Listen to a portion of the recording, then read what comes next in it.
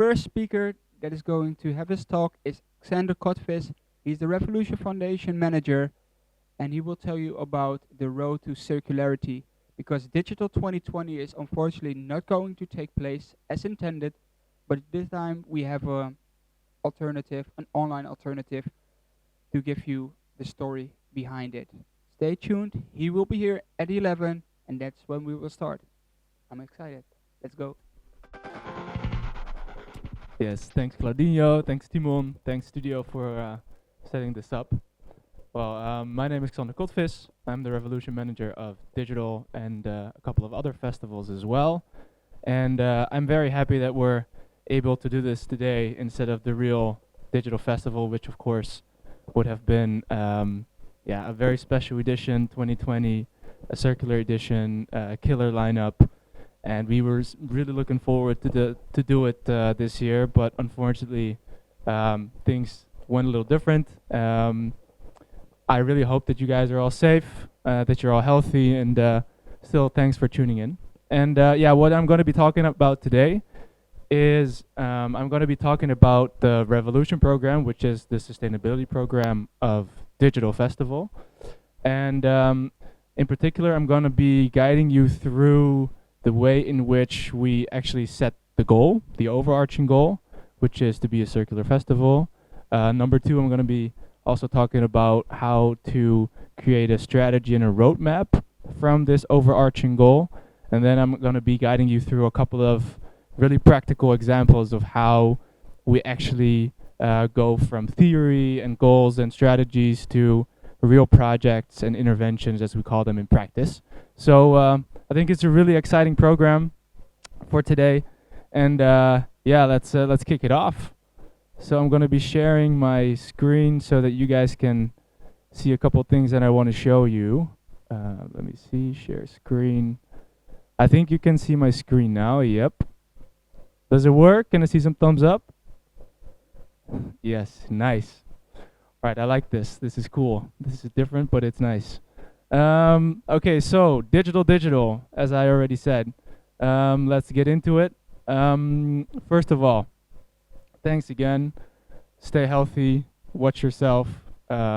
Stay inside if you can, and despite the nice weather in the Netherlands, keep yourself at home and think about some other people as well.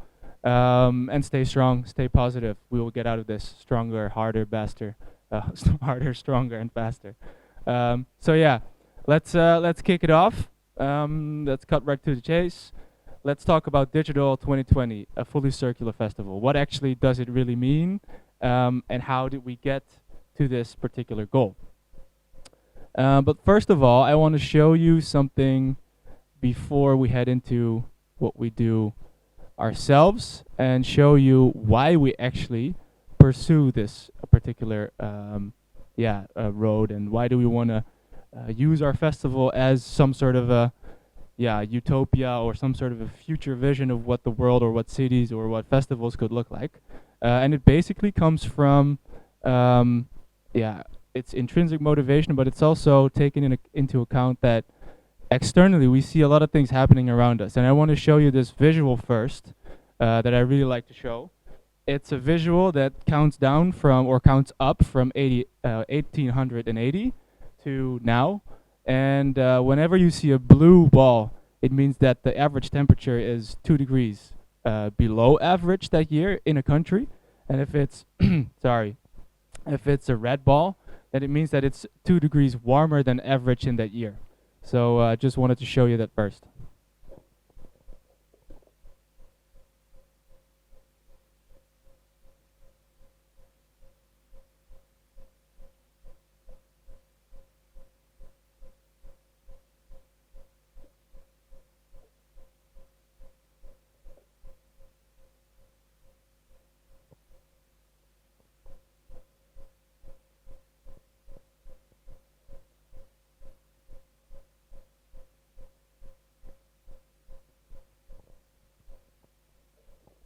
So yeah, now you see that we ended up in 2017, which actually you can see almost all orange, yellow, and reddish balls, which means that temperature is rising at an alarming rate. And yeah, we've also seen that the world has been on fire in a couple years with the forest fires and everything.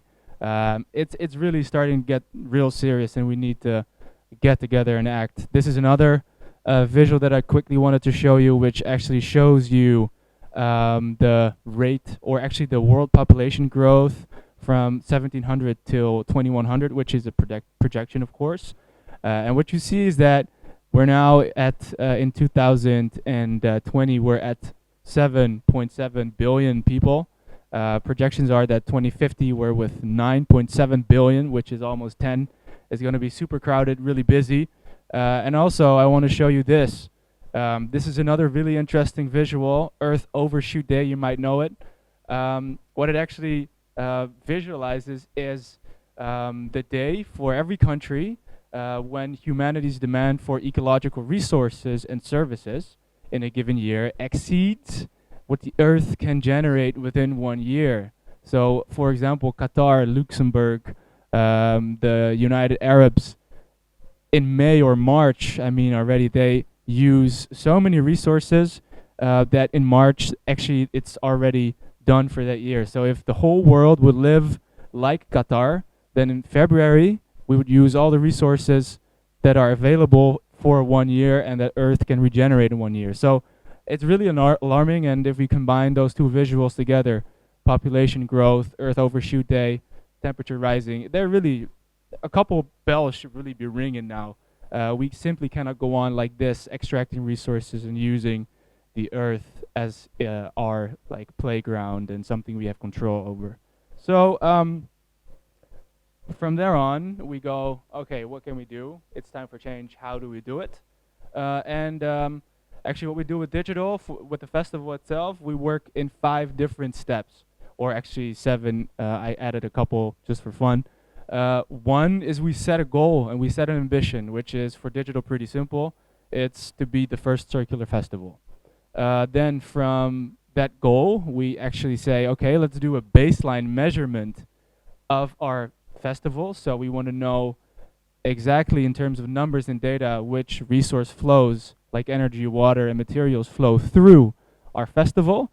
Then from there on, we know exactly, oh, these are the impacts and these are the flows that we need to work on for this year. And from there on, we create a roadmap and we execute a couple projects really well. Yeah, so that's when we go from interventions to party. Yeah, we party, party, party, party. Of course, that's what we do at digital. And afterwards, we monitor the progress. So we also look at how did our projects actually have a difference, and what was the result? Did we actually gain something? Did we have a good result or not? And do we need to change in the coming year? So then we repeat this this cycle. Okay, then from our couple steps program, I'm just going to go through all the different steps with really tangible examples. And it basically starts with setting the goal and setting the ambition, which is a circular festival. But then you start asking questions like, what is a circular festival actually, you know? And before you have such a goal, you need to know where you are going. So we've spent quite some time, actually, ever since the start of the Revolution program in 2013. We've been tweaking and developing this sort of understanding of what a circular festival should be and what the relevance is of a circular festival. It's basically a tiny little, or not even tiny, it's a small society, it's a village. I come from a little village called Harmelen, it's close to Utrecht in the Netherlands, and it counts like 9,000 or 10,000 people. Well, think quick, digital has like 45,000 people, so it's larger than the village that I come from. So it's really a small society, and you can really play with it as much as you can, as much as you like, and it's like a small society. So it opens up a whole range of possibilities. What is a circular festival? Actually, we chose a definition of the Ellen MacArthur Foundation, which is that we strive for an ecosystem that actually designs out waste and pollution, keeps materials in the loop as long as possible, and it also regenerates its natural systems. And from there on, we actually drew, or we actually extracted 6 different topics or themes, as we call them, or systems that actually consist of a circular festival. And you see them here in the screen. It's energy, it's resource efficiency, plastics, travel and transportation, water, and food.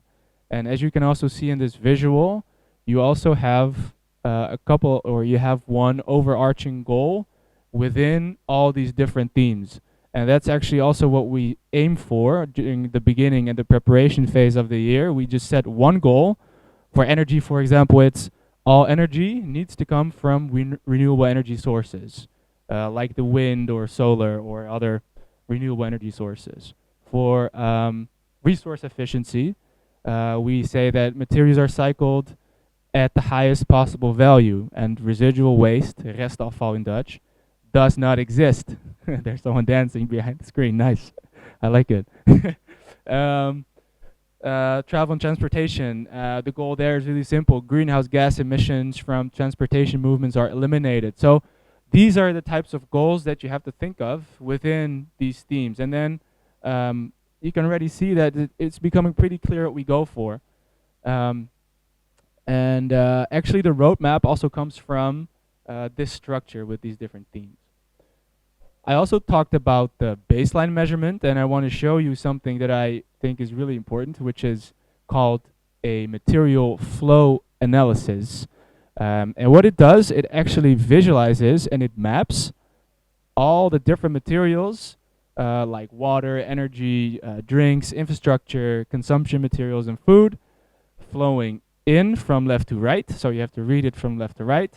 And then after the festival, that flows out. So it's sort of a mapping of all the stocks and flows of materials flowing in and out. And from there on, you just know right away, because all the different flows are also relatively visualized, you can see exactly which impacts are the largest and where you need to focus on in the coming years to really make a change and change your ecosystem and your metabolism. We do this together with Metabolic, by the way, which is a consultancy from Amsterdam.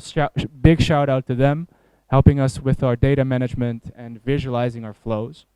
And from here on, we also create the roadmap. So we pick a couple of flows of which we say, hey, these are too big. For example, we could choose one from this visual, like emissions, which is on top in the middle column. You can see that there's still 15 tons of CO2 emissions left. For 2019, that was the case. For 2020, that needed to be 0. So from there on, we draw the roadmap on certain different topics. That's how we work. Really interesting. I personally find this the very most important step within any sustainability or circularity strategy. First, before you start doing anything, don't shoot from the hip. Really know where you are coming from. Then I want to go to the next slide. Oh man, I would have loved to stand on the digital terrain now, but this is fun too. Are you guys liking it until now? Is it good? Some thumbs up? Yes? Nice. Cool.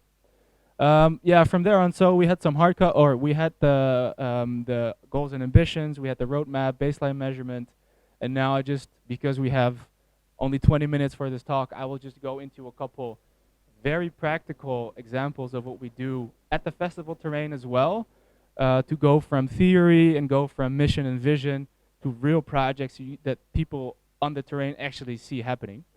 So the first one that I think, if you have been to digital, you must have seen this.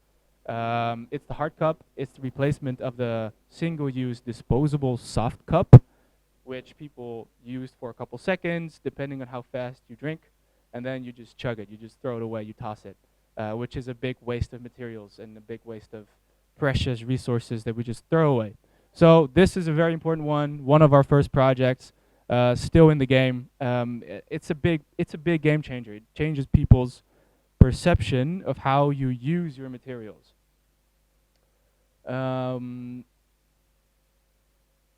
Then the next one I just want to tell you about, and by the way, all these examples that I'm giving now, I'm not going into them too deeply because there's the lineup of speakers today are also going to be talking about these topics. So Don't worry, if you want to know more about these topics, I can tell you as well. We have a Q&A, but there's also someone else who's going to be talking about these topics as well.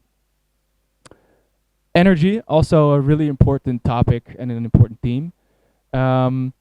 With regard to the smart energy plan or energy in general, we are really ambitious. In terms of energy, we always strive for a climate neutral energy system, which means that the energy system doesn't emit any greenhouse gas emissions. So during build and break and during show time, our energy system cannot run anymore on fossil fuels. So no diesel, no benzene, those sorts of things really need to be eliminated. It's a hard task. It's I think no one has ever done it completely, but it's actually it's really doable. And in the coming years, I think that a lot of organizations are really gonna succeed in reaching an energy and climate neutral energy plan.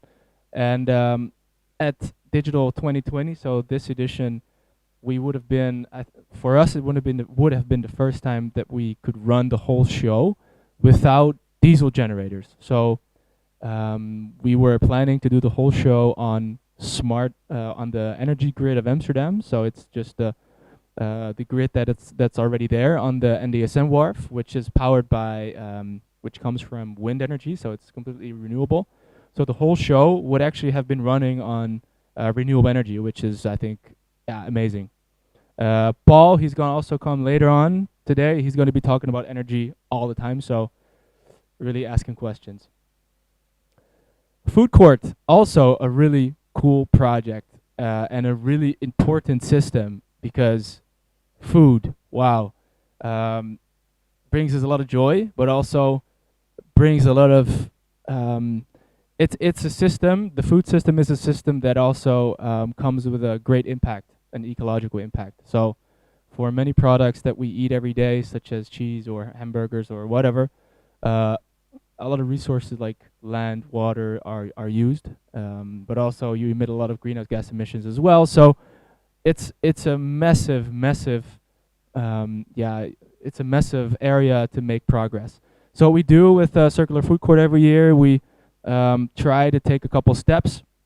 We went from a vegetarian food court in 2016 to a circular food court in 2018, which actually meant that we started composting all the residual organic flows like plates and food and everything. And last year we took the next step by actually using food waste from others, so residual food, imperfect foods from others, to build our menus with. So actually we wanted to have a minimum of 30% of our menu to be consisting of residual flows from other food chains, simply because 30% of all our food in the world every year is wasted, which is an unbelievable fact actually. This is also pretty fun. The hamburgers were totally plant-based, and this burger was actually made from a residual flow from one of the caterers who gathered brown beans all year long, and he frees them, turns them into burgers for Digital, and then uses this residual flow for his own burgers at Digital. So it's so cool what happens, and this is just the beginning, you know. And actually the food court for 2020 was really promising. Actually was 100% plant-based, which is a really cool next step. Then one of the final remarks that I want to make is that in a circular festival like Digital, waste actually does not exist anymore. Also the word waste, we don't even use it. We actually just only talk about resources. They are materials that can be reused for another purpose. So what we also do is that we create a couple of resource storage and resource collection points on the festival terrain, front stage, and we use those stations to gather different monoflows such as glass, hard cups, paper, these types of things. We clean them there with volunteers, and then they are being, you know, bundled and transported over to the next owner of these materials. final slide I just want to show you is one really cool project that I was really impressed with last year. This is the iconic bow of containers on the NDSM wharf, and we had a collaboration with Ace and Tate, and Ace and Tate is an eyewear producer, so they make glasses, spectacles, and in the process, they lose many different lenses just because they're just not right, or when people their eyes change as well, they need to have new glasses as well.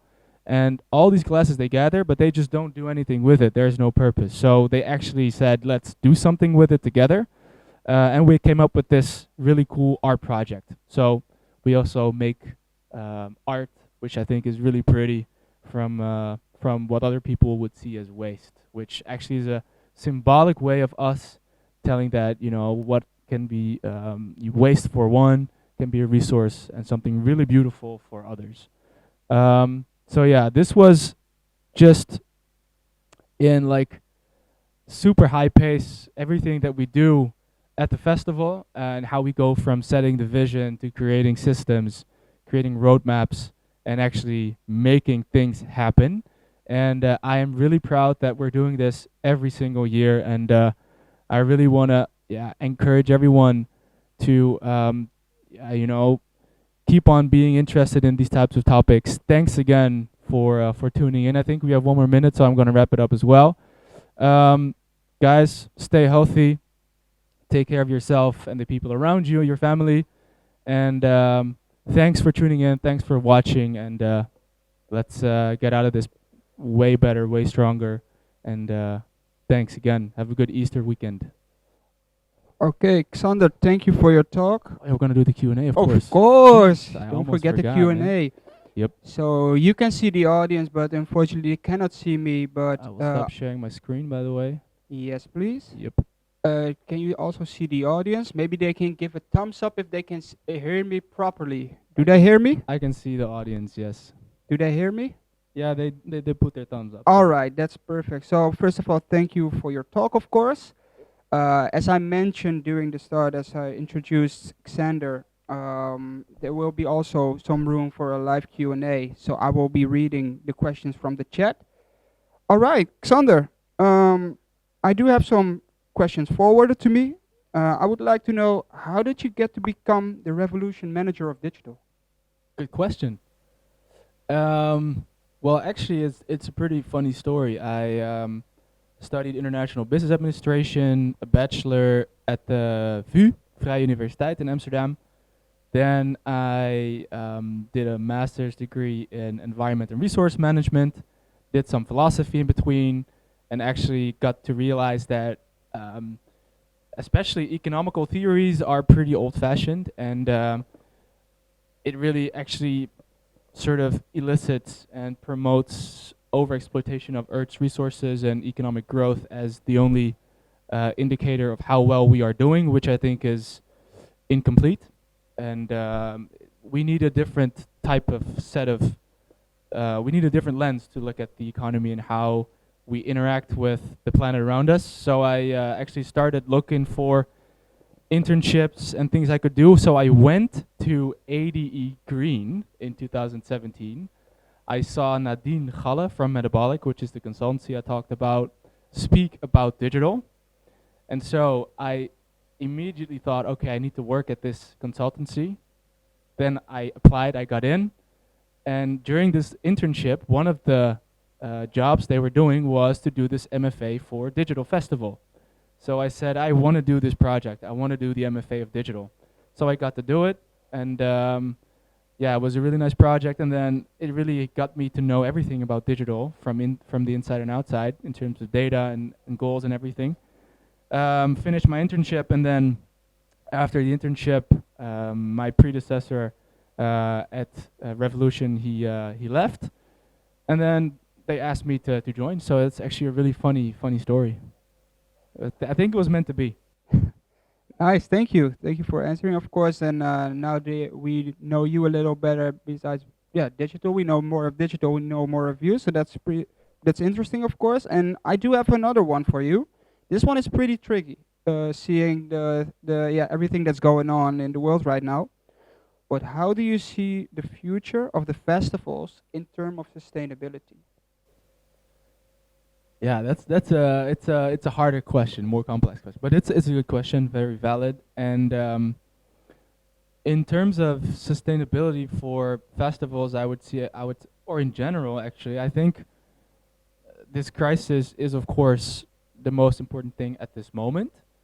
But actually, what you see happening as well is that many individuals, organizations, but also countries are taking this time to take a step back and rethink what they are doing.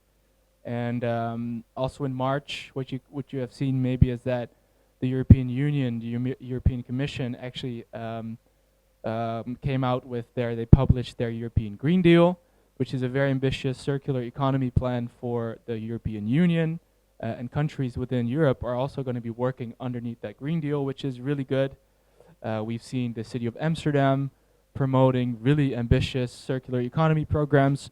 So, we could have been sitting back and only talking about misery, but actually a lot of really important institutions are taking this moment to setting their vision for the years to come after this crisis, which I think is really, really powerful and really hopeful. So that will also trickle down to organizations such as digital, but also the event sector. So I think will only get us out harder, better, and faster and stronger. As I just said, this is the moment to regroup and to set new visions. So it's gonna explode after this. Thank you. That's a very clear answer. And if I look at a time, I think maybe right now it's a good time for the people from the chat. In case they want to ask something, now is your time. Otherwise, in case they're a little bit shy, I have another one. Come on, guys. Come on, guys. All right. So, I have a question. So, let me see. Yeah, there's one question in the chat, and the question is, in a music festival, usually people don't care about anything else rather than just having fun. How have assistants been reacting to the sustainability actions during digital festival? Assistance or? Yeah, like how do the people react to the sustainability actions we take during visitors. Yeah. Yeah, So yeah. can you say in general how do they react to it? Yeah, for sure. Well, I think the sustainability program and the projects that we run are a mix of very high profile, super visual projects, but also very, I would say, underground kind of structural, less visible projects. So in the beginning, in 2015 or 13 and 14, it were like small scale, but very, very visible projects, and people could interact, and they love it, of course, because it's the future. But nowadays, we see in 2018, 2019, and now 20, the changes are less visible. So also people notice them less and less and less. And also think about the hard cup system, or think about the circular food court with going from vegetarian to plant-based to no disposables. We try to make these transitions as easy and smooth as possible so that they are good replacements of the current system.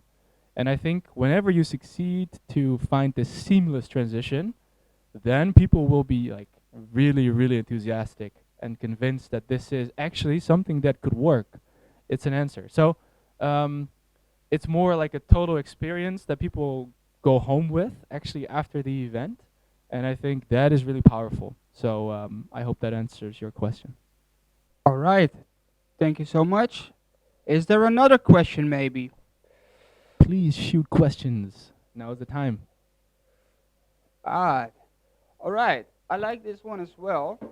So this one, I'm curious if you do know the answer. Somebody's asking, how many volunteers per day does digital have? Do you know that? Per day? Yeah, per day. I should know this.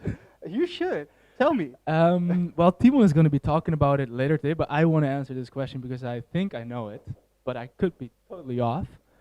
I think during one day at Digital 2020, we would have 400 people working. At one day? At one day. Well, is it right or is it wrong? Stay tuned for the answer, guys. Cliffhanger, man. Stay tuned for the answer. Timon will share the answer, of course. Yeah. And I will take one final look.